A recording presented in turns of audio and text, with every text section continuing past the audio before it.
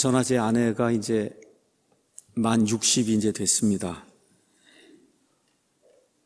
예전에는 이제 몰랐는데 이제 죽을 날이 이제 점점 더 가까워져서 그런지 모르겠어요. 이게 세상을 이렇게 보고 특별히 이제 봄이 돼서 만물이 솟아나는 이런 거를 볼 수 있는 좀 여유가 생긴 것 같아요. 여유가.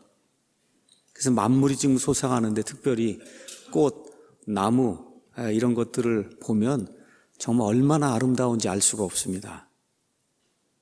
새롭게 잎들이 돋아나고 그게 이제 연두색이라 그러는 것 같아요. 이게 조금 지나가면서 이제 초록이 이제 되는 것 같은데 참으로 보기가 좋아서 오늘은 몇 개 그림을 좀 보고 그리고 말씀을 전하겠습니다. 봄이 시작이 되면 봄을 알려주는 전령사가 있다 그럽니다. 그 전령사가 여기 그림에 나오는 매화입니다. 보이세요? 매화. 얼마나 아름다운지 몰라요. 제가 이거 그림을 가서 찾아보니까 전라남도 광양에 매화 축제다 이렇게 이제 나왔어요. 이걸 보니까 내년에는 꼭 가야 되겠구나 이런 생각이 들더라고요. 우리 광양에서 오시는 우리 김인순 형제님네 그 집이 이렇게 꽃이 많고 그렇다 그러는데 한번 내년에는 매화 축제를 한번 가봐야 되겠다 이런 생각을 좀 했습니다. 저희 학교 교정을 걷다 보면 3월 초가 되면은 그러면 목련이 핍니다. 근데 목련은 이렇게 봉우리가 아름다워요. 봉우리. 그래서 여기서 이제 드디어 팍 하고 이제 튀어나오는 거거든요. 그래서 이렇게 아름다운 이런 목련이 되는 거예요. 얼마나 아름다운지 알 수가 없습니다. 우리가 늘 보는 이 개나리도 이렇게 하나를 이렇게 집중을 해서 이렇게 보면 정말 하나님의 그 손길이 느껴지는 그런 아름다운 꽃이 개나리입니다. 개나리가 이렇게 또 담장이나 이런 데 가면은 많이 이제 펴 있잖아요. 정말 아름다운 시즌을 하나님께서 우리에게 이제 주셨습니다. 또 봄에는 벚꽃이 있죠. 이건 제가 지난주 한 일주일 전쯤에 우리 인하대학교 교정에서 이제 찍은 겁니다. 얼마나 벚꽃이 아름다운지 알 수가 없어요. 이거는 이제 벚꽃을 만발한 이와 같은 그 사진입니다. 뭐 이 외에도 여러분이 좋아하시는 백꽃도 있고 철쭉도 있고 연산홍도 있고 이제 5월 조금 지나가면 그렇게 아름다운 향기를 내는 라일락도 있고 그렇죠? 너무나 좋은 게 많은 것 같아요. 봄에 이렇게 아름답게 피는 이런 꽃들을 이제 보고 이들의 아름다움을 이제 느끼면서 오늘 우리는 그 인생의 영원한 봄이 무언가 이걸 한번 좀 생각을 해보려고 제가 오늘 로마서 4장 말씀을 이렇게 선택을 했습니다. 인간은 영원한 존재입니다. 개나 돼지 같지 않고 인간은 영원한 존재예요. 왜 그러냐면 하나님께서 하나님의 형상으로 만드셨다 그랬어요. 그러니까 그냥 판박이로 만들어 놓으신 거예요. 그러니까 하나님이 영원 무궁토록 존재하기 때문에 저와 여러분 안에 영원 무궁토록 존재하는 속성을 우리 안에 하나님이 집어넣어 주셨어요. 그래서 지금 이 땅에서 저와 여러분이 지금 겨울을 보내고 있는 거예요. 겨울, 인생의 겨울. 영원한 그런 인생이 있거든요. 영원한 인생의 지금 겨울을 지금 이 땅에서 보내고 있어요. 이제 조만간 영원 무궁토록 지속이 되는 인생의 봄이 오는 겁니다. 모든 것이 아름답게 변하는 이러한 시즌, 바로 이러한 시즌에 모든 것이 아름답게 이렇게 변하는 것을 사람들이 느낄 수 있는 이런 시즌에 바로 우리 예수님이 부활하신 겁니다. 부활이 여러분 겨울에 한겨울에 부활하셨으면 그 의미가 얼마나 퇴색이 됐겠어요. 그렇잖아요.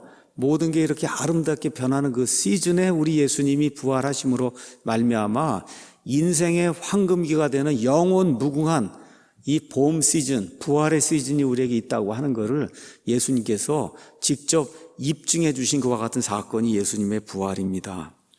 고린도전서 15장에 가서 보니까 부활에 대해서 이렇게 이제 이야기를 하고 있습니다. 제가 몇 가지 이제 설명을 좀 해드리겠습니다. 15장 35절 가서 보니까 그러나 어떤 사람은 말하기를 어떻게 죽은 자들이 일으켜지느냐 그들이 어떤 몸으로 오느냐 하리니 너 어리석은 자야 내가 뿌리는 것이 죽지 아니하면 살아나지 못하고 또 내가 뿌리는 것으로 말하건대 내가 앞으로 있을 그 몸을 뿌리지 아니하고 밀이든 다른 어떤 곡식이든 다만 알갱이를 뿌리되 하나님께서 친히 기뻐하신 대로 그것에게 몸을 주시며 또 모든 씨에게 그것 자체에 몸을 주시느니라. 씨가 들어가서 그 다음에 썩어서 그 다음에 이 꽃이 나고 그 다음에 열매를 이제 맺는 거예요. 그래서 그런 일들 우리에게 보여주시면서 여기 사람도 이 땅에 살면서 썩을 수밖에 없는 그런 삶을 살거든요. 그거 이후에 부활이 오는 거다. 그거 이후에 꽃이 피는 거다. 그 이후에 열매가 맺는 거다. 하나님이 그렇게 우리에게 가르쳐 주신다는 겁니다. 자, 그러면서 42절 가서 보니까 죽은 자들의 부활도 이와 같으니라. 그것은 몸은 썩는 것 가운데 뿌려지고 썩지 않는 것 가운데 일으켜지며 이 세상에 썩습니다. 우리 몸이. 나중에 결국 가서 예수님 나중에 오시는 것이 늦춰지면 저와 여러분 다 무덤 가야 돼요. 무덤 가면 다 몸이 썩습니다. 썩는 것 가운데 이렇게 뿌려지고 썩지 않는 것 가운데 우리가 다시 부활해서 일어나는 거예요. 수치 가운데 뿌려지고 영광 가운데 일으켜지며 연약함 가운데 뿌려지고 권능 가운데 일으켜지며 본성에 속한 몸으로 뿌려지고, 그래서 지금 이 시간 저와 여러분이 이 땅에 사는 이 삶이 뭐냐? 본성에 속한 몸으로 지금 뿌려진 그와 같은 삶을 저와 여러분이 살고 있는 거예요. 그래서 이제 어떻게 돼요? 겨울이 지나니까 이제 어떻게 돼요? 이게 다시 싹을 내고, 그렇죠? 그러면서 잎을 내고 열매를 맺는 그런 걸 뭐라고 이야기하냐? 영에 속한 몸으로 일으켜지나니, 본성에 속한 몸이 있고 인생에 지금 겨울이 있고 그 다음에 영에 속한 몸, 그래서 인생의 봄, 영원 무궁토록 지속이 되는 인생의 봄이 있다. 이때에는 영적인 몸으로 저와 여러분이 영원 무궁토록 하나님과 함께 거한다. 지금 바울이 그렇게 이야기하고 있는 겁니다. 자, 여기 43절 가서 보니까 수치 가운데 뿌려지고 영광 가운데 일으켜지며 연약함 가운데 뿌려지고 권능 가운데 일으켜진다. 지금 그렇게 이야기하고 있어요. 자, 이건 무슨 얘기냐? 이 땅에 사는 동안에 영웅 호골이 소용없다는 거예요. 다 죽습니다. 다 죽어요. 알렉산더가 죽어요. 그 유명한 사도 바울이 다 죽습니다. 말틴 루터가 죽어요. 요한 웨슬리가 죽어요. 저가 죽고 여러분이 다 죽어요. 수치 가운데 저와 여러분의 이 삶 모든 것이 뿌려지는 겁니다. 방법이 없는 거예요. 자, 근데 우리 예수님께서 뭐라고 말씀하시느냐? 이 부활에는 두 종류의 부활이 있다. 그렇게 이야기합니다. 두 종류의 부활. 하나는 수치스러운 부활이 있고 하나는 영광스러운 부활이 있다. 제가 아까 뭐라고 말씀드렸어요? 인간은 불멸의 존재라 그랬어요. 우리 예수님 믿는 사람만 불멸의 존재가 아니고 예수님을 믿지 않는 사람도 불멸의 존재입니다. 불멸의 존재예요. 그래서 수치스러운 부활, 마귀와 함께 그의 천사들과 함께 영원 무궁토록 하나님의 임재를 떠나 불호수 속에 들어가서 영원 무궁토록 치욕을 당하는 이와 같은 부활이 있다. 믿지 않는 자들, 하나님을 신뢰하지 않는 그런 사람들이 당하는 이와 같은 부활이 있고, 저와 여러분처럼 예수님 때문에 예수님을 의지하고 그래서 하나님의 임재 가운데 영원 무궁토록 영화로운 몸을 입고 하나님의 본성에 참여하는 그런 사람들의 부활이 있다. 성경이 우리에게 그렇게 이야기해 주고 있습니다. 자, 그러면 저와 여러분이 왜 예수님을 믿냐? 이 영광스러운 부활에 참여하려고 믿는 거예요. 여러분 기억하셔야 됩니다. 예수님 왜 믿느냐? 이거 천한 몸이거든요. 이게 죽으면 다 썩어 문드러지는 그런 몸이에요. 이거 버리고 하나님의 본성에 참여해서 예수님 부활하신 이후에 예수님이 가지셨던 그 영화로운 몸을 입기 위해서 예수님 믿는 거예요. 목표가 그겁니다, 여러분. 우리의 목표가 예수님 왜 믿느냐? 교회 왜 가느냐? 목표가 그거예요. 썩어 문드러진 이 몸을 버리고 우리 예수님처럼 영화로운 몸을 입고 하나님의 본성에 영원 무궁토록 참여하는 이와 같은 사람이 되려고 저와 여러분이 예수님 믿는 겁니다. 맞습니까? 자, 그럼 예수님을 믿을 때 어떤 일이 생기느냐? 하나님이 의로운 분이기 때문에 하나님하고 같이 살려면 의롭지 않은 것이 있으면 같이 살 수가 없어요. 하나님이 righteousness, 의로운, 오른쪽에 올바른 분이에요. 100%. 하나님은 100% 올바른 분인데 사람은 태어나면서부터 왼쪽 사람으로 삐뚤어지게 태어납니다. 그래서 뭐라 그래요? 마귀의 자식으로 태어난다 그러잖아요. 그래서 신분이 마귀의 자식으로 태어나기 때문에 무슨 수를 쓰고 무슨 선행을 해도 하나님이 원하시는 그 의의를 우리가 입을 수가 없습니다. 가질 수가 없어요. 그래서 성경은 뭐라고 얘기하냐? 하나님이 사람을 의롭다고 인정해 주는 과정이 있어야 된다고 이야기하는 거예요. 하나님이 사람이 불의한데도 불구하고 너는 의로운 사람이다 라고 하나님이 인정해 주신 이와 같은 프로세스가 우리 가운데 있어야 되는 거다.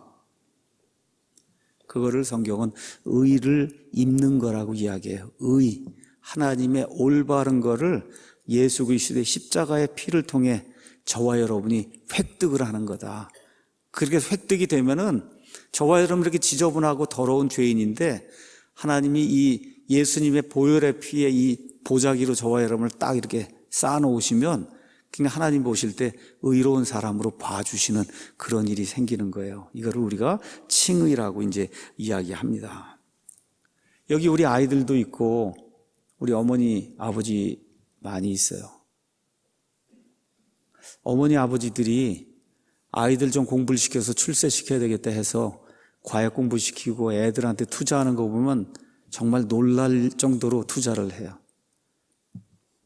그런데 진짜 인생에서 가장 중요한 거 그게 뭐냐 하면 하나님의 의를 입는 건데 이것을 위해서 아이들에게 올바로 가르치는 부모가 많지 않다는 거 이게 굉장히 지금 슬픈 일입니다. 여러분 교회를 지금 다니면서도 오늘도 애들 다 팽개치고 와서 부모만 여기 앉아있는 그런 분들이 있거든요. 정신 차려야 돼요.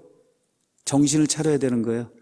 어머니 아버지에게 아이들 그냥 준 게 아니에요. 책임지고 내 아들 딸로 만들라고 하나님이 주신 거예요. 기억하셔야 됩니다.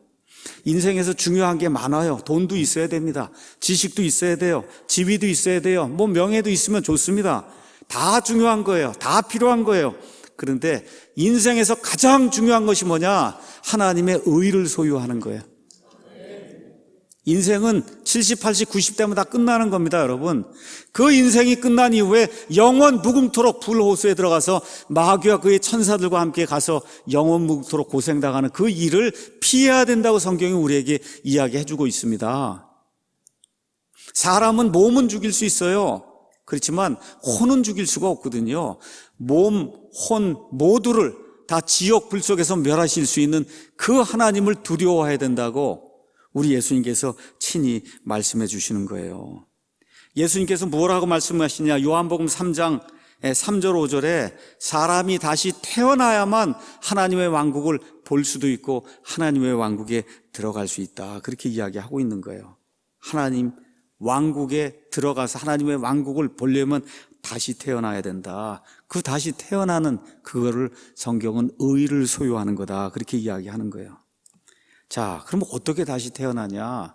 다시 태어난다는 거 오늘 식으로 얘기하면 영원 무궁토록 하나님과 같이 산다는 거예요. 어떻게 하나님 앞에 의롭다고 인정을 받아서 그래서 영원 무궁토록 하나님의 오른쪽에서 하나님의 본성을 가지고 우리가 살 수 있느냐? 사람의 마음 속에는 하나님의 형상이 누구에게나 다 들어있기 때문에 영원 무궁히 산다고 하는 게 들어있어요. 사람 마음 속에. 그러니까 지금까지 한 6천 년 동안 사람들이 이 모양 저 모양으로 어떻게 이러한 영원한 그런 생명을 소유할 수 있을까 이렇게 연구를 많이 했어요. 이렇게 해서 만들어 놓은 게 사람의 종교와 사람의 철학과 여러 가지 사상입니다. 그래서 어떻게 해요? 수많은 사람들이 남들에게 선행을 하고 좋은 일을 하고 열심히 살면 그러면 하나님께서 우리를 천국이든 뭐 천당이든 이런 하늘이든 어디로 넣어 주실 거다. 이렇게 이제 생각을 하고 많은 사람들이 그와 같은 길을 택했습니다. 그런데 이 길에 문제가 있어요. 문제가 뭐냐? 얼마만큼 해야 사람이 하나님 보시기에 의롭다고 인정받을 수 있는가? 이걸 가르쳐 주는 사람 아무도 없습니다. 얼마만큼 해야 사람이 하나님한테 의롭다. 얼마만큼. 그럼 그 기준을 가르쳐 줘야 될 거 아니에요? 얼마만큼 해야 사람이 의로워질 수 있는가? 오늘 저와 여러분이 읽은 사도 바울의 로마서가 바로 여기에 대한 답을 주는 거예요. 얼마만큼 해서가 아니라 하나님이 거저 주시는 의를 입어야 된다는 겁니다, 여러분. 이게 근본적으로 기독교와 세상 모든 사상과 철학이 다른 거예요. 얼마만큼 해서 의로워지는 것이 아니라 아무것도 안 해야 되는 거예요, 여러분. 그 의를 입기 위해서 아무것도 안 해야 되는 거예요. 하나님이 덧입혀 주셔야 되는 겁니다, 여러분.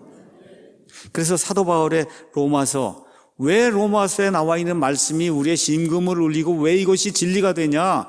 사도 바울이라고 한 사람 자체가 만 30살 정도가 될 때까지 어떻게 하든지 선한 행위를 통해서 무언가 하나님을 좀 기쁘게 하는 그러한 종교 생활을 통해서 하나님 앞에 의롭게 되어 천국을 소유해야 되겠다고 무지무지 노력하고 사람을 죽이기까지 하면서 종교적 열정을 가졌던 그와 같은 사람이 사도 바울인데, 예수 그리스도를 만난 이후에 보니까 이 모든 것이 다 뭐예요? 쓰레기라고 하는 걸 본인이 몸소 체험을 하고 하나님의 의를 어떻게 입을 수 있는가, 이거를 하나님의 은혜를 받아서 이 안에 기록을 해놓은 거기 때문에 이거는 살아있는 사람, 정말 본인이 이와 같은 것들을 직접 체험을 통해서 깨달은 그와 같은 사람이 여기 적어놓은 이와 같은 말씀이기 때문에 저와 여러분에게 많은 확고한 그와 같은 진리를 우리에게 가르쳐 주는 겁니다. 다마스쿠스 도상에서 부활하신 우리 주님을 만났어요. 주님을 만나고 나서 인생의 모든 문제가 해결됐어요. 그 인생의 모든 문제가 해결되는 시발점이 로마서 4장에 나와 있습니다. 로마서 4장에는 아브라함이라고 하는 사람이 나옵니다. 아브라함이라고 한 그 사람의 구원, 이 사람이 어떻게 구원받았는가, 이거를 하나하나 이렇게 설명을 하면서 사람이 어떻게 하나님 앞에 의롭다고 인정을 받아서 영원 무궁토록 하나님과 함께 살 수 있는가, 이걸 보여주는 게 로마서 4장입니다. 그래서 오늘은 제목을 사람의 노력이 아니라 하나님의 부활 파워로 영원히 산다, 이렇게 제목을 잡았어요. 여러분, 사람의 노력, 선행, 무슨 착한 행실, 지식, 돈 뭐 이런 거 아니고 하나님의 부활 파워로 저와 여러분이 영원히 산다. 얼마나 멋있는 말씀인지 알 수가 없어요. 하나님의 부활 파워로 영원히 사는 거예요.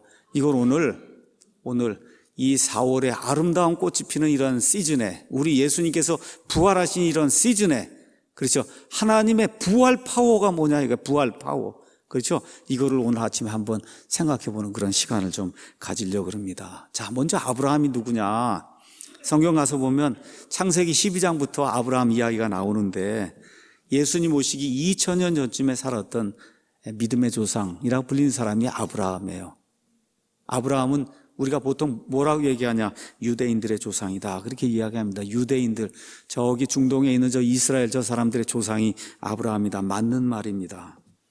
자, 그런데 그가 언제 유대인들의 조상이 되었는가, 오늘 그걸 구체적으로 한번 살펴보려고 그러는 거예요. 아브라함은 어디에서 태어났냐, 지도를 한번 잠깐 보겠습니다. 가서 보시면 아브라함은 갈대아 우르에서 태어났다. 저 옆에 가서 오른쪽에 가서 보시면 갈대아 우르라고 하는 데서 태어났다. 갈대아 우르는 어디냐? 지금의 이라크의 바그다드가 있는데 거기가 갈대아 우르예요. 갈대아 사람들이 살던 그 우르. 자, 그러면 갈대아 사람들이 사는 저 우르에서 지금 어떤 사람이 태어나면 그 사람 유대인일까요? 아니면 이방인일까요? 이방인이에요, 이방인. 아, 그러니까 아브라함은 태어날 때부터 유대인이 아니구나. 일단 그걸 기억하셔야 돼요. 태어날 때부터 유대인이 아니에요. 태어날 때부터 이 사람은 뭐예요? 이방인으로 태어났어요. 이방인. 더구나 그의 아버지 데라는 우상을 만드는, 말 그대로 형상을 깎아서 우상을 만드는 그런 일들을 하던, 말 그대로 하나님 보시기에 천박한 그와 같은 사람이 아브라함의 아버지 데라니까, 모르긴 해도 데라가 연장 갖고 와라 그러면 연장 갖고 오고 해서 이 우상 만들고 하는 거를 아마 어렸을 때 아브라함이 도와주던 그와 같은 삶을 살았던 사람이 아브라함이에요. 그런데 그의 아버지 데라가 가족들 데리고 하여튼 이사를 가게 됐어요. 어디로 이사 가냐 하면 여기에서 저쪽으로 올라가서 지금의 터키 지방에 어디로 이사 가냐, 하란으로 이제 이사를 갑니다. 창세기 11장 31절에 나와요. 그래서 하란으로 이사를 갔어요. 그래서 얼마쯤 되냐, 이 밑에 가면 축척이 나와 있죠. 축척이 요만큼 나와 있는 게 지금 이게 500km니까 이쯤에서 저기 하란까지 가려면 한 800-900km를 그래서 움직여갖고 그래서 하란으로 이제 이사를 갔습니다. 자, 이런 다음에 성경에 가서 보니까 아브라함 아버지 데라가 죽은 이후에 아브라함이 75세가 되었을 때 이 하란을 출발해서 하나님이 가라고 한 땅, 여기 가나안 땅, 여기 예루살렘에 있는 이 땅으로 들어왔다. 지금 그렇게 이야기를 하고 있어요. 그러니까 아브라함이 아버지 데라가 죽은 이후에 하란을 출발해서 드디어 여기 가나안 땅으로 들어오는데 그때 나이가 75세였다. 그렇게 기록을 하고 있습니다. 그러니까 이 그림을 가서 이 축적과 함께 이렇게 가서 보시면 여기 갈대아 우르에서 그 다음에 여기 하란을 거쳐서 그 다음에 가나안 땅까지 거리가 대략적으로 보면 한 1500km, 뭐 1600km. 그렇죠? 여기서 부산, 서울에서 부산 가는 거 한 3배, 4배 정도 되는 그런 거리, 이걸 걸어갖고, 그래갖고 여기 가나안 땅으로 이제 들어왔다고 성경이 이제 이야기를 합니다. 자, 그래서 창세기 12장부터 아브라함의 여정이 쭉 시작되는 가운데 아브라함이 하나님 앞에 의롭다고 인정받는 그와 같은 일이 창세기 15장에 나옵니다. 우리 한번 가서 창세기 15장을 보도록 하겠습니다. 자, 창세기 15장은 창세기 14장 다음에 나오는 거예요. 맞죠? 맞죠? 예. 자, 그럼 창세기 15장 1절 가서 보니까 이 일들 뒤에 주의 말씀이 환상 속에서 아브라함에게 임하여 이르시되 아브라함아 두려워하지 말라. 나는 내 방패여 내가 받을 지극히 큰 보상이다. 이렇게 이야기하는 거예요. 왜 갑자기 이런 이야기가 나오느냐? 창세기 14장과 연결해서 보면 아시는 것처럼 아브라함의 조카 롯이 저 북쪽에 있는 왕들이 이 소돔 있는 땅까지 내려와 갖고 그래서 싸움을 하다가 결국 롯을 잡아갔어요. 잡아가서 아브라함이 롯을 구출하기 위해서 저 위에 있는 북쪽 단이라고 하는 지방까지 자기 하인들을 데리고 가서 롯을 다시 잡아오는 그런 내용이 여기 14장에 기록이 되어 있습니다. 근데 지금 아브라함이 롯을 데리고는 왔지만 불안한 거예요. 그 사람, 그 많은 왕들이 또다시 자기를 침략해서 그래서 자기가 일구어놓은 모든 소유 이런 걸 다 빼앗아가면 어떻게 할까? 이게 두려운 거예요. 이렇게 되니까 그 일들 뒤에 주의 말씀이 환상 속에서 아브라함에게 나타나서 얘기하는 거예요. 아브라함아, 내가 내 방패다. 너 힘으로 이 사람들 지키는 게 아니다.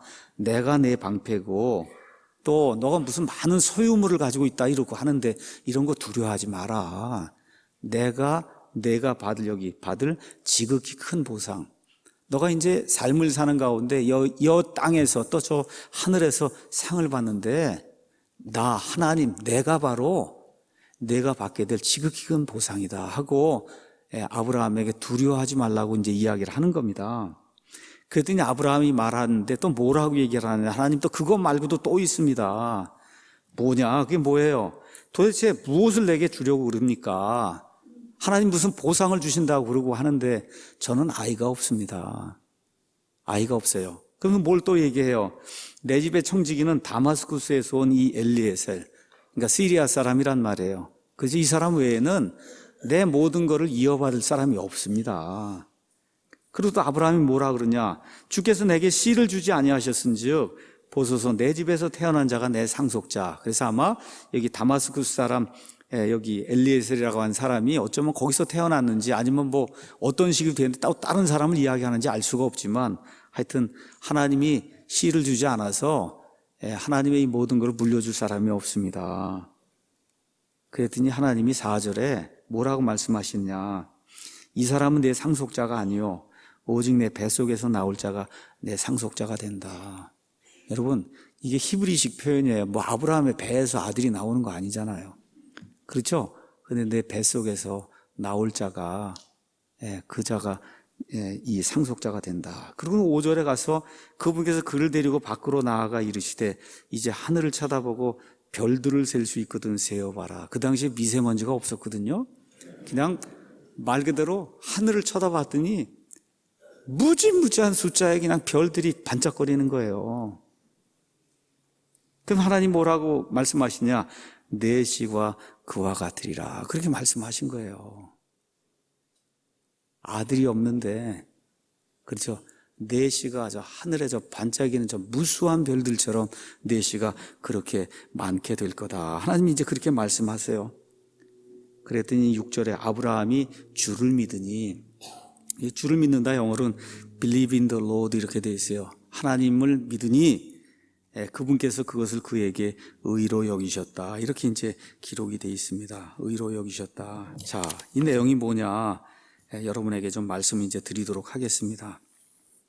자, 이게 언제 이루어졌냐 하면 75세에 들어와서 그 다음에 나중에 이제 99세에 이 할례라고 하는 그런 약속을 받는데 그 사이에 어디 사이에 지금 이루어진 거예요. 그거를 여러분에게 이제 말씀을 드리려고 합니다.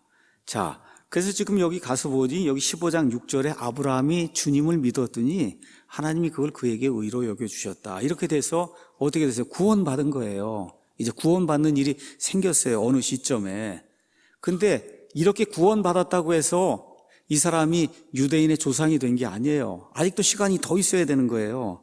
하나님이 그와 언약을 맺으면서 그의 후손들을 복 주시겠다고 그렇게 말씀하신 때부터 드디어 이 사람이 유대인들의 조상이 된 거예요. 그 일은 언제 생기냐? 시간이 또 지났어요.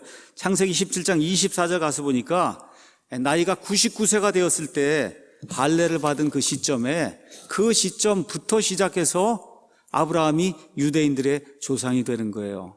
조상이. 자, 그래서 성경 가서 보니 창세기 25장 7절에 아브라함은 175세에 죽었다 그랬어요. 그러니까 아브라함의 전 삶이 175세인데 99세에 할례를 받기 전까지는 이방인으로 살았고, 그렇죠? 99세부터 175세까지는 유대인으로 살았다는 겁니다, 여러분. 이해하시겠어요? 99세까지는 이방인이, 아직 유대인이 존재하지 않았어요. 그리고 나서 할례의 약속을 주신 이후에 그리고 누가 태어나요? 이삭이 태어나고 야곱이 태어나고 하면서 유대인들이 생겨나기 시작한 거예요. 그래서 인생의 전반부는 이방인으로 살고 인생의 후반부는 유대인으로 살았다는 거예요. 자, 이걸 기억을 하면서 자, 어떻게 아브라함이 의롭다고 인정을 받고 영원 무궁한 삶을 살 수 있게 되었는가?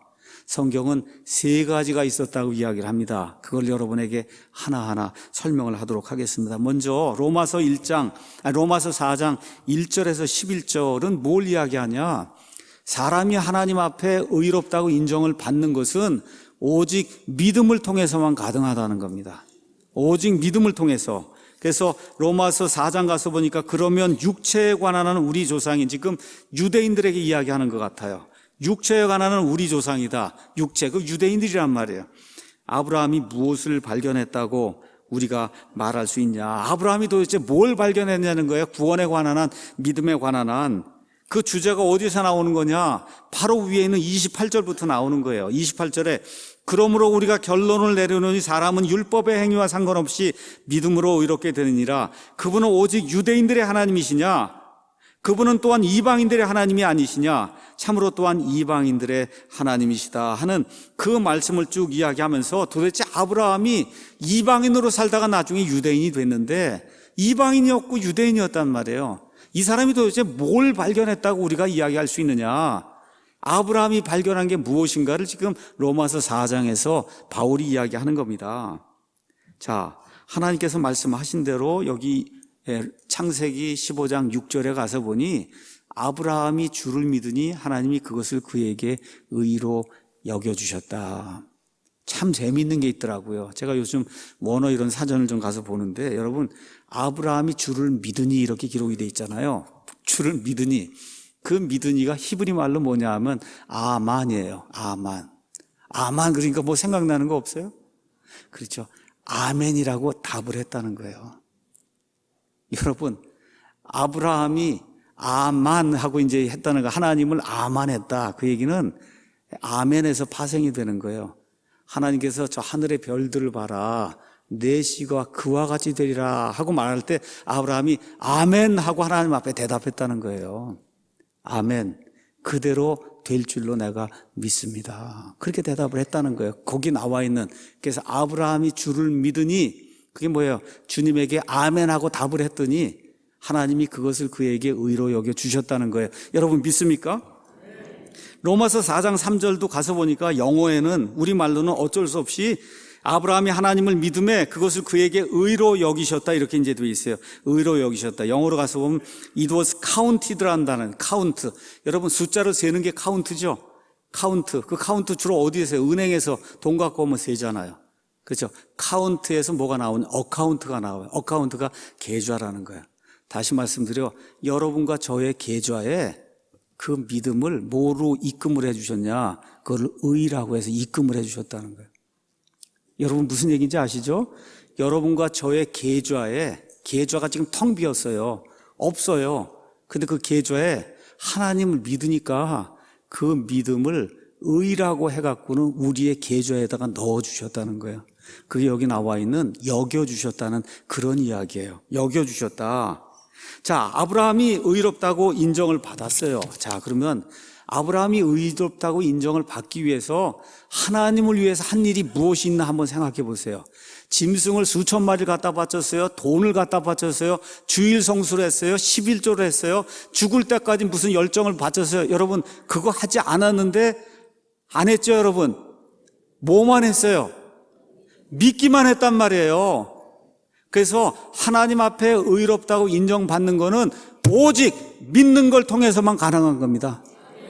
믿는 거를 통해서만 가능한 거예요.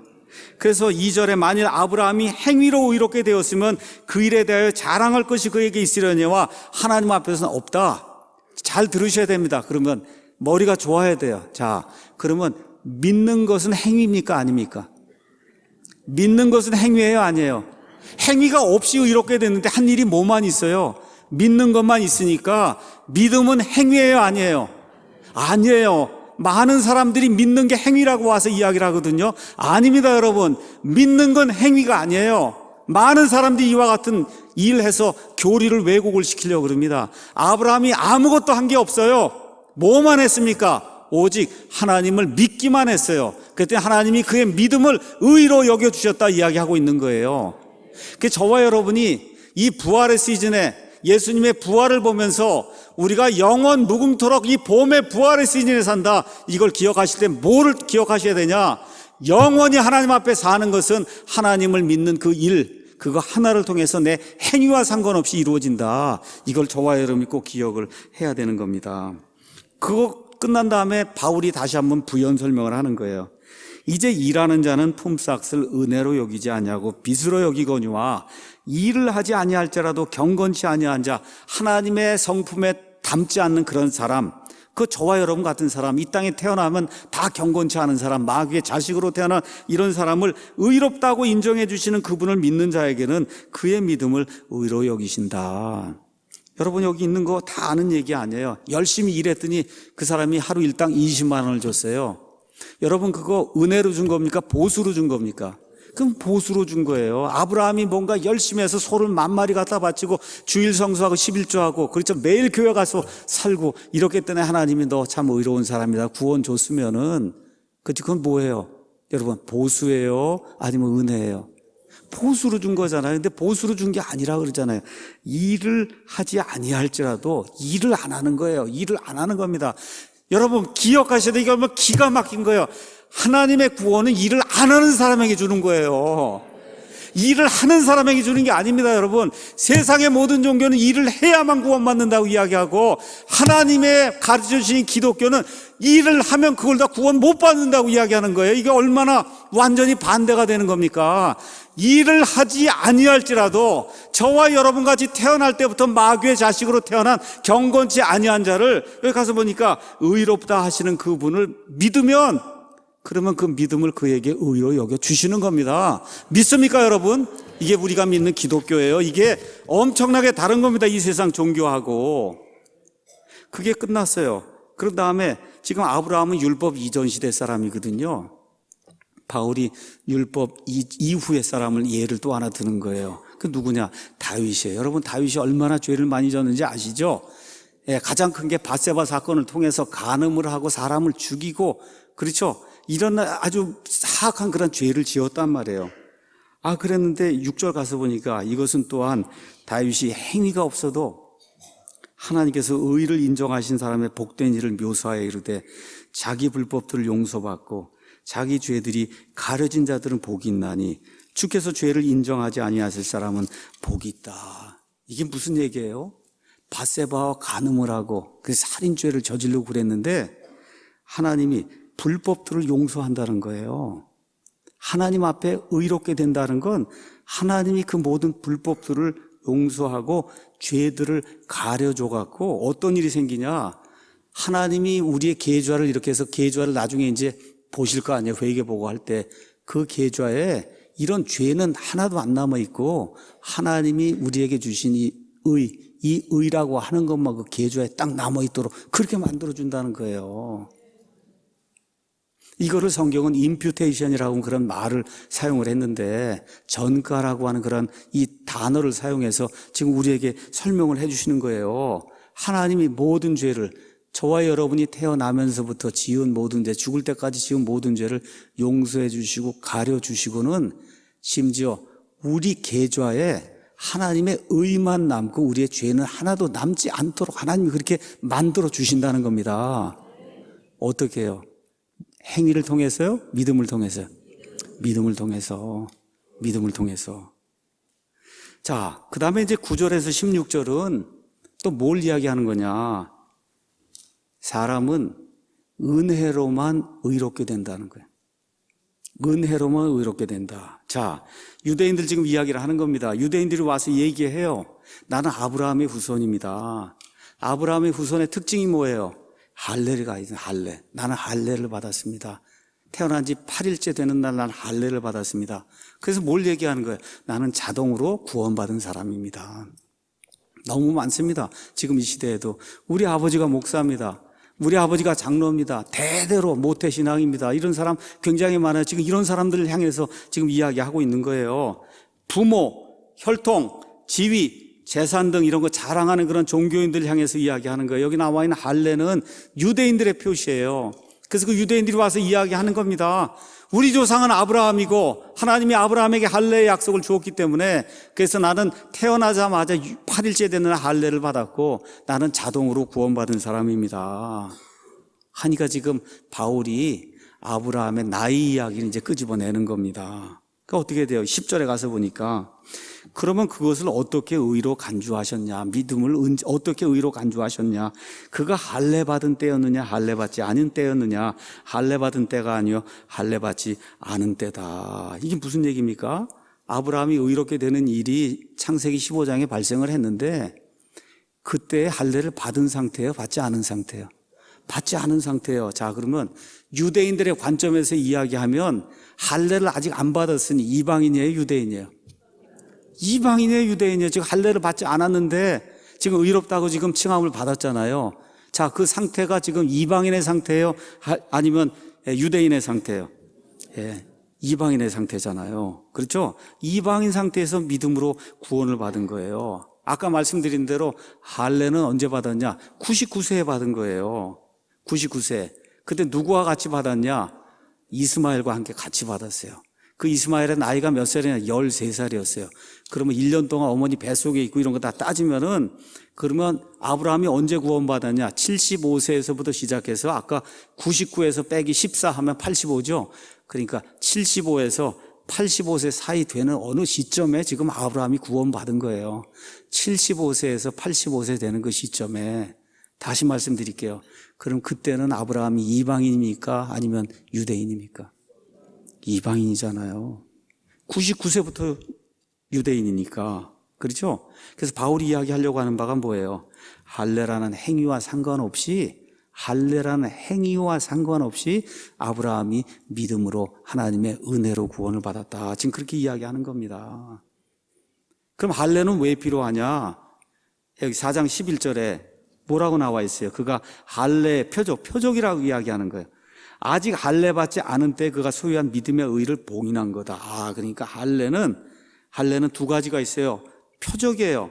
표적. 나는 하나님께 속한 사람입니다 하는 그런 표적이고, 그 다음에 봉인. 그건 뭐예요? 하나님이 이 사람을 끝까지 지켜주십니다 하는 걸 나타내는 게 그게 봉인이에요. 지금 이 시대에는 이와 같은 육적으로 표현되는 이런 할례가 이 시대에는 필요합니까? 필요하지 않습니까? 필요하지 않아요. 그래서 골로새서 이 말씀을 이렇게 기록을 했습니다. 골로새서 2장에 가서 한번 보도록 하겠습니다. 골로새서 2장 10절에 가서 보니까 너희는 모든 정사와 권능의 머리이신 그분 안에서 그리스도 안에서 완벽하다고 이야기했어요. 여기 완벽하다고 하는 말은 11절에 가서 보시면 어떻게 되어 있냐? 컴플리트 하다는 거예요. 컴플리트. 10절에 가서 보니까 컴플리트 하다는 거예요. 완벽하고 또한 그분 안에서 그리스도의 할례로 말미암아 육신의 죄들에 속한 몸을 벗어버림으로 손으로 하지 않은 할례로 할례를 저와 여러분이 이미 받았다는 겁니다. 구원 받은 사람은 할례 받았어요? 안 받았어요? 받았어요. 근데 손으로 하는 할례를 받았어요? 손으로 하지 않는 할례를 받았어요? 손으로 하지 않는 할례를 저와 여러분이 이미 받았다는 거예요. 그 다음에 뭐라 그래요? 그래서 너희가 침례 안에서 그분과 함께 묻혔고 그분을 죽은 자로부터 살리신 하나님의 활동에 대한 믿음을 통해 침례 안에서 또한 그분과 함께 일어났다. 여기 나와 있는 침례는 물 침례가 아니고 어떤 침례예요? 성령 침례를 이야기하는 거예요. 그래서 구약시대의 아브라함의 자손, 육적인 자손에게는 손으로 행하는 이와 같은 할례를 하나님이 주셨고, 그렇죠? 그 다음에 신약시대에 사는 저와 여러분, 구원받은 아브라함의 자손에게는 성령 침례의 할례를 손으로 하지 않는 그런 할례를 우리에게 이제 주셨다. 지금 그렇게 이야기하고 있는 겁니다. 자, 그래서 로마서 4장 13절에서 17절은 아브라함이 의롭게 된 게 율법이 수여되기 이전 일이다. 여러분, 율법이 수여되기 이전 그 일이 이 안에 이제 기록이 된 거예요. 그래서 갈라디아서 3장 17절 가서 보니까 하나님이 이렇게 주신 약속을 그 약속이 주어진 지 430년이 지난 그 이후에 그 율법이 이와 같은 것들을 폐할 수 없다. 지금 그렇게 이야기하고 있는 겁니다. 자, 그럼 왜 율법 이야기가 나오느냐? 3장 20절 한번 가서 보겠어요. 3장 20절. 그러므로 율법의 행위로는 어떤 육체도 그분의 눈앞에서 의롭게 될 수 없나니 율법으로는 죄를 알게 되느니라. 많은 유대인들이, 지금 이 시간에도 많은 종교인들이 무언가 법을 지키고 행하는 걸 통해 하나님 앞에 의롭게 될 수 있다. 자꾸 그렇게 생각을 하는데 율법의 핵심은 행하는 겁니다. 율법의 핵심은 행하는 거예요. 근데 지금 뭐라 그래요? 아브라함이 의롭게 될 때는 율법이 존재하지도 않았다는 거예요. 의롭게 된 이후에 400년, 500년이 지나서 드디어 율법이 왔는데 율법의 핵심이 행위 아니냐? 그렇죠? 그럼 아브라함의 행위로 어떻게 의롭게 되냐는 거예요. 율법이 주어지지도 않았는데. 맞습니까, 여러분? 그러니까 어떻게 사람이 의롭게 되냐? 오직 하나님의 은혜로만 되는 거예요. 여러분, 아브라함이 뭐 한 게 있어요? 하늘 쳐다보고 하나님 믿으라고 할 때 그 믿은 것 외에는 아무것도 없잖아요. 아무 일도 하지 않았잖아요. 하지 않았는데도 선물을 가져다 주면 그 선물은 은혜지 보수가 아니라는 이야기입니다. 자, 오늘 읽은 성경 말씀은 17절부터 이제 시작이 되는데 17절에서 25절이 제가 오늘 여러분에게 말씀드리려고 하는 핵심입니다. 이 세 번째 대지는 내용이 뭐냐? 하나님의 부활 파워로 아브라함이 의롭다고 인정을 받았다는 겁니다. 자, 설명을 하도록 하겠어요. 교회 가거나 아니면 목사님 말씀 들으면 참 믿음으로 의롭게 된다. 믿음으로 의롭게 된다. 믿어야 된다. 그렇게 이야기해요. 물론 뭘 믿어요? 하나님을 믿어야 된다. 맞습니다. 믿는 거예요. 자, 제가 늘 이야기 드리듯이 믿음은 크기가 중요한 게 아니고 대상이 중요한 거예요. 믿음의 대상, 내 믿음이 아무리 작아도 내가 믿음을 둔 그 대상이 강하면 그러면 강력한 믿음이 되는 거고, 엄청나게 큰 믿음을 가졌는데 내가 믿음을 둔 그 대상이 허약하면 그럼 무너져 내리는 거예요. 여러분, 얼음판이 있어요. 호수가 얼었어요. 봄이 되면 이제 다 녹으려고 그래요. 마음속에 엄청나게 큰 믿음을 가졌어요. 저거 안 녹을 거야. 그리고 차를 몰고 그 안에 들어가면 빠져 죽습니다. 빠져 죽어요. 그러니까 지금 이야기하려고 하는 겁니다. 어떤 하나님을 믿어야 되는가? 사람을 부활시킬 수 있는 하나님을 믿는 겁니다, 여러분. 부활시킬 수 있는 하나님을 믿는 거예요. 지금 그 얘기를 아브라함이 그걸 믿었다고 지금 이야기하는 거예요. 자, 하나님이 왜 이렇게 오랫동안 아들 준다고 그런 이후에 왜 이렇게 오랫동안 기다리냐? 아브라함이 몇 세에 이 아들을 이제 갖게 되냐? 100세에 가더니까 99세에 이제 수태가 되는 거예요. 그때 사라의 나이가 몇 살이에요? 89세예요. 제가 여러분에게 물어보게 여기 있는 것처럼 여러분, 사람이 99세, 89세 아기를 수태할 수 있는 능력이 있습니까? 없습니까? 있어요, 없어요? 없잖아요. 그런데 여기 가서 보니 아브라함은 어떤 하나님을 믿었냐? 17절에 나와 있어요. 너무 멋있는 말이에요. 여기 그가 믿은 하나님은 죽은 자들을 살리시며 없는 그것들을 마치 있었던 것처럼 부르시는 분이라는 거예요. 무슨 얘기예요? 아브라함에게 저 내 씨가 저 하늘의 별들같이 저렇게 된다. 여러분 지금 존재하고 있어요? 그 씨들이? 존재하지 않는데 하나님 편에서는 이미 존재하고 있다는 거예요. 그렇게 해서 그 씨들을 하나하나 사람처럼 이름을 부르실 수 있는 분이다. 아브라함이 하나님을 그런 존재로 믿고 하나님을 믿을 때 하나님이 그를 의롭다고 여겨주셨다는 거예요. 이렇게 목석처럼 나무로다 뭐 깎아놓고 이런 하나님 믿는 게 아니라는 겁니다, 여러분. 아직 존재하지도 않은데도 불구하고 하나님께서는 존재한다고 하시면 그게 존재하는 거예요. 이렇게 하실 수 있는 능력을 가진 그 하나님을 믿었다고 지금 성경이 우리에게 이야기하고 있는 겁니다. 그 결과가 19절에서 22절에 나오는 겁니다. 18절 먼저 읽어보겠습니다. 그가 바랄 수 없는 가운데 바라면서 믿었으니. 여러분 99세에 어떻게 애기를 낳아요? 그렇죠? 바랄 수 없는 가운데 바라면서 믿었다. 이 영어로 가서 보시면 who against hope, against라는 건 반대한다는 거잖아요. hope, 그건 뭐예요? 소망을 반대하면서 믿었다는 거예요, 여러분. 우리가 뭘 소망을 하면 그 이루어지길 바라고 그래서 for를 써야 돼요. for, 소망이 이루어지길 바라면서 이러면서 믿어야 되는데 인생을 사는 가운데 날이 가면 갈수록 씨를 수태 못하는 거 아니에요. 그러니까 어게인스가 되는 거예요. 막는 거예요. 소망이 이루어지지 않는 거, 반대되는 거, 이걸 하면서 계속해서 믿었다. 이것은 내시가 이와 같으리라 하신 것대로 그가 많은 민족들, 아직 민족들이 존재하지, 씨도 존재하지 않는데 무슨 민족들이 존재해요. 근데 뭐라 그래요? 하나님이 없는 그것들 있는 것처럼 부르는 그런 분이다. 이거를 믿고 나아갔다는 거예요. 그래서 그가 100세쯤 되었을 때도 99세에 믿음이 약해지지 아니하여 이제는 죽은 자기 몸을 여기 하나님 보실 때 죽었단 말이에요. 사람 보기에도 죽었고 씨를 수태할 수 있는 능력이 없습니다. 또 뭐라 그러세요? 사라의 태가 죽은 것도 고려하지 않았다.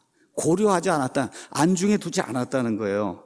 믿지 아니함으로써 하나님의 약속에 관하여 흔들리지 아니하고 오히려 날이 갈수록 믿음이 강해져서 하나님께 영광을 돌리며 그분께서 약속하신 것을 그분께서 또한 능히 이행하실 줄로 온전히 확신하였으니 그러므로 그분께서 그것을, 그 믿음을 그에게 의로 인정하셨다. 지금 그렇게 이야기하는 겁니다. 자, 여기에 하나님의 구원 방법이 나와 있어요. 자, 어떻게 될 때 구원받을 수 있냐? 나는 죽어서 내 힘으로는 아무것도 할 수 없습니다. 여러분, 내 힘으로는 아무것도 할 수 없습니다. 내가 가진 능력으로, 내가 가진 걸로 아무것도 할 수 없습니다. 이 시점이 되어서야, 그래서야 구원이 시작이 될 수 있다. 지금 성경이 그렇게 이야기하는 거예요.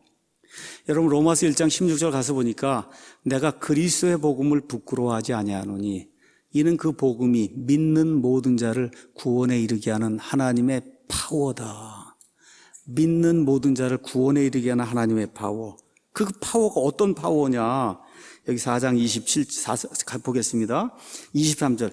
그것을 그에게 의로 인정하셨다고 기록된 것은 이제 그만을 위한 게 아니고 우리가 예수, 우리 주를 죽은 자들로부터 살리신 분을 믿을진데 그것을 의로 인정받을 우리도 위한 거다. 이렇게 이제 기록이 돼 있어요. 다시 말씀드려. 어떤 하나님을 믿었냐? 죽은 그 예수님을 사흘 만에 부활해서 일으켜 올리실 수 있는 그런 하나님을 믿었다는 거예요. 여러분과 제가 저 꽃과 나무와 이런 모든 것들이 이렇게 싱그럽게 이렇게 피는 거 이런 거 이렇게 보면서 이 부활의 시즌에 기억을 해야 되는 거예요. 우리가 믿는 하나님이 어떤 분이냐? 죽은 자를 무덤에서 일으켜 세우실 수 있는 분이에요. 이런 분을 저와 여러분이 믿는 거다. 하나님이 그런 하나님이에요. 무에서 별들이 있으라고 이야기할 때 말 그대로 순식간에 하늘의 별들로 가득 차는 이와 같은 그 파워를 가진 그 하나님. 여러분 그 하나님을 아십니까? 이 하나님을 믿었다는 거예요. 아브라함이 그런 하나님을 믿은 거다. 그래서 기독교의 복음의 핵심은 뭐냐? 십자가와 부활입니다. 근데 우리 믿는 사람들의 입장에서는 가장 중요한 게 뭐냐? 부활이에요, 여러분. 십자가는 예수님이 지시고 예수님이 이 구원의 방도로 모든 걸 이루시기 위한 것이 십자가고, 저와 여러분 편에서는 십자가의 은혜로 말미암아 결국 무엇이 가장 중요한 거예요? 부활해서 영원 무궁토록 하나님과 함께 사는 몸을 얻는 게 가장 중요한 겁니다, 여러분. 그래서 이 4월이 가는 이 시즌에 저와 여러분이 꼭 기억해야 될 것이, 저 아름다운 나무와 꽃과 이런 것이 다시 피는 것을 다시 보면서 인생의 이 황금의 시즌에 우리가 영원 무궁토록 하나님의 부활에 동참하는 이와 같은 사람이 되는 거다. 그래서 예수님 오시는 것이 늦춰져서 저와 여러분이 무덤에 들어가서 우리 몸이 썩는다 해도 어떻게 돼요? 공중에서 나팔 소리가 날 때 예수님 안에서 죽은 자들이 먼저 일어나고 살아서 남아있는 우리가 공중으로 그들과 함께 체에 올라가 영원 무궁토록 하나님과 함께 있는 겁니다, 여러분. 이것이 예수님 믿는 거의 핵심이에요. 이걸 모르면 안 되는 겁니다. 오늘 여기 나와 있는 우리 아이들도 있고 다 있어요. 그냥 건성건성 나오면 안 되는 거예요. 가장 중요한 것이 뭐냐? 여러분, 몸이 호련히 변화가 돼서 영원 무궁토록 하나님과 함께 살 수 있는 몸을 입는 것, 이것이 저와 여러분이 영원 무궁토록 하나님과 함께 살 수 있는 핵심이라고 하는 걸 꼭 기억을 해야 되는 거예요. 그래서 우리가 믿습니다 하고 고백할 때는 뭘 이야기하는 거냐? 내 몸이 썩어 문드러지고 사람이 아무 형체도 찾을 수 없어도 하나님이 일으켜 세우실 수 있습니다 하고 믿는 겁니다, 여러분. 그 고백이 나와야 되는 거예요. 근데 그냥 너무 머뭇거리는 게 아니에요. 어떻게 해야 돼요? 내 몸이 썩어 문드러지고 뼈가 다 흔적이 없이 하나도 없이 다 사라진다 해도 하나님이 일으켜 세우실 수 있습니다 하고 믿는 겁니다, 여러분. 이것이 부활의 파워예요. 부활의 파워. 그것이 뭐냐? 내가 그리스도의 복음을 부끄러워하지 아니하노니 이는 그 복음이 믿는 모든 자를 구원에 이르게 하는 하나님의 권능이 되기 때문이다. 이렇게 해서 아들을 얻었어요. 아들을 얻은 다음에 어떤 일이 생겨요? 하나님이 아들을 바치라고 하지 않습니까? 그 창세기 22장에 가서 이삭을 갖다 진짜 죽이려고 갖다 묵구성 갖다 칼을 꽂으려고 하는 그 순간에 하나님이 이삭을 구출해 주시잖아요. 그렇죠? 여기에 대해서 히브리서가 뭐라고 이야기하냐? 또 똑같은 이야기를 하고 있는 겁니다. 히브리서 11장 17절에 이렇게 기록이 되어 있어요. 믿음으로 아브라함은 시험을 받을 때 이삭을 바쳤으니 곧 약속들을 받은 그가 자기의 독생자, 무슨 약속을 받았어요? 이삭을 통해서 그의 씨가 하늘의 별들같이 된다고 하는데, 갑자기 아들을 죽이라고 하면 그것도 뭐 30세 얻은 아들이면 가서 또 낳고 그러면 돼. 지금 100세 얻은 아들을 갖다 죽이라고 그랬단 말이에요. 약속이 다 무너져 내리는 거 아닙니까? 그렇죠? 그랬는데 이 아들에 대해서는 그분께서 전에 이르시되 이삭 안에서 내 씨가 부름을 받으리라 그렇게 하셨다는 거예요. 근데 왜 갖다 죽일 수 있었냐? 하나님께서 심지어 죽은 자들로부터 능히 그를 일으키실 줄로 생각하였으므로 또한 그는 죽은 자들로부터 그를 모형으로 이미 받은 거라는 거예요. 무슨 얘기예요? 이미 부활의 신앙을 가졌기 때문에, 그래서 이삭을 내가 죽여 하나님께 드린다 해도 하나님이 다시 세우시면 되지 않느냐. 맞습니까, 여러분? 이와 같은 엄청난 믿음을 소유한 이런 사람이 바로 아브라함이다. 그렇게 성경이 우리에게 이야기하는 거예요. 이 아브라함이 얼마나 위대하냐.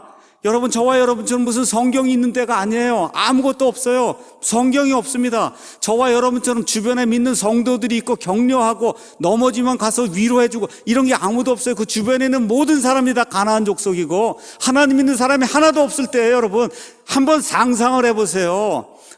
저와 여러분 지금 이슬람 국가나 어디 가서 하나님 믿는 사람 하나도 없는데 가서 이 하나님을 믿어야 되는데 성경도 없어요. 이런 가운데 믿음을 가지고 꿋꿋하게, 그렇죠, 하나님께서 말씀하신 대로 내가 될 줄로 믿습니다 하고 아멘을 했다고 하니 이게 보통 사람입니까? 그래서 그를 믿음의 조상이다 그렇게 이야기하는 거예요. 그래서 사도 바울이 뭐라고 이야기하냐? 고린도전서 15장 17에서 19절에 만일 우리가 부활하지 않는다면 이 세상에서 우리가 가장 비참한 자다. 우리 예수님 믿는다 그러고 믿습니다 그러고 그랬는데 나중에 부활이 안 이루어지면 이 세상에서 가장 비참한 사람이 저와 여러분이라는 거예요. 그러니까 우리 기독교 믿음에서 저와 여러분에게 가장 중요한 게 뭐냐? 하나를 꼽으라고 얘기하면 부활입니다, 여러분. 예수님 때문에 부활하는 거예요. 근데 그 부활이 우리가 원한다고 이루어지지 않잖아요. 그렇죠? 원한다고 이루어지지 않습니다. 우리가 믿는 믿음의 대상이신 하나님이 부활을 이루실 수 있는 능력이 있어야 부활이 이루어질 거 아닙니까? 맞습니까? 또 능력이 있다고 해도 그걸 하려고 하는 의사가 있어야 부활이 이루어질 거 아니에요. 근데 우리 하나님이 그 일을 하셨어요. 어떤 일을 통해 하셨어요? 예수님을 이 땅에 보내시고 죄와 죽음의 속박 가운데서 마귀에게 사로잡혀 사는 그 사람들에게 내가 죽은 사람을 일으킬 수 있다고 하는 걸 하나님이 직접 보여주시기 위해서 예수님 십자가 처형 이후에 사흘 동안 땅속에 있었지만 하나님께서 그를 들어 일으켜 세우신 거예요. 뭐예요? 내가 사람을 죽은 자를 들어 일으킬 수 있는 능력이 있고 그 일을 하기 위해서 내 아들 예수 그리스도를 보내셨기 때문에 그래서 누구든지 이 아들을 믿기만 하면 내가 반드시 그를 들어 올리겠다고 하나님이 약속해 주신 겁니다. 이것이 바로 하나님의 부활 파워예요. 그래서 우리가 첫째 뭘 알아야 되냐? 이 하나님이 계신다고 한 사실을 알아야 되는 거예요. 그래서 하나님이 계신다는 사실을 알고 누구든지 열심히 그분을 찾기만 하면 하나님께서 그 사람에게 보상해 주신다는 그 사실을 믿어야 된다. 지금 히브리서가 우리에게 이야기해 주고 있는 거예요. 그래서 저와 여러분이 하나님의 파워를 아는가? 하나님의 파워. 이 우주 공간에 저 별들 보시고 저것들 들고 있잖아요. 하나님이 지금. 하나님 그보다 더 커야 들 거 아닙니까? 여러분, 내가 크니까, 이 성경책보다 크니까 제가 이거 들잖아요, 제가. 이 집은 못 들어요. 제가 이 예배당은 제가 못 듭니다. 무거워서. 근데 이거 들잖아요. 왜 그래? 제가 또 힘이 세니까. 그러면 이 세상의 우주 공간에 모든 것을 지금 하나님이 이렇게 들고 있잖아요. 맞습니까, 여러분? 이런 하나님이란 말이에요. 이런 하나님이니까 어떻게 해요? 들어 올리는 거예요. 썩음 속에 갇혀있는 저와 여러분을 들어 올리는 겁니다. 그래서 하나님의 나팔 소리가 나게 될 때, 그렇죠? 들어 올리는 그런 일이 가능해진 겁니다. 자, 그래서 마지막으로 하나만 여러분에게 말씀드리고 마치겠습니다. 이런 모든 일이 다시 태어나는 걸 통해서 가능하다. 여기 있는 모든 사람은 다 한 번 태어난 사람이에요. 성경대로 이야기하면 물에서 태어났어요. 어머니 양수가 탁 하고 터지면서 다 한 번씩 태어난 사람이에요. 근데 한 번 태어난 걸로는 이 썩음의 속박에서 벗어나지 못한다고 이야기합니다. 그래서 예수님이 다시 태어나야 된다. Born again. again은 하늘로부터 태어나는 것. 성경은 성령에게서 태어나야 된다. 그렇게 이야기하는 거예요. 성령에게서 태어나야 된다. 그래서 사람이 어머니 뱃속에서 한번 태어나는 거 지금 겨울에 갇혀 있는 거예요. 겨울에 이렇게 갇혀 있고 성령에게서 다시 태어나야 지금 인생에 봄이 오는 거예요. 이런 것들 생각하시면서 저 밖에 있는, 오늘 가시면서 나무도 한번 보시고 점심시간에 밖에 나가서 한번 좀 보세요. 파릇파릇하고 올라오는 이런 모든 걸 보면서 내 인생의 황금기 봄이 오게 된다. 지금 내가 겨울에 있는 거예요. 겨울. 그렇거든요. 그래서 우리 몸이 호련히 변화가 되는 거예요. 호련히 변화가 돼서 그래서 예수님 강림하실 때 일어나는 겁니다. 그 전에 예수님 오시면 살아서 우리가 올라가는 거예요. 이것이 우리 그리스도인들에게 가장 중요한 소망이다. 이거 잊지 마시고 이번 주 한 주 동안 우리를 썩음의 속박에서 들어 일으킬 수 있는 그 하나님, 그 하나님의 부활의 파워, 그 파워가 무엇인가를 한번 음미해 보시는 그런 아름다운 한 주간이 되기를 예수님의 이름으로 축원합니다.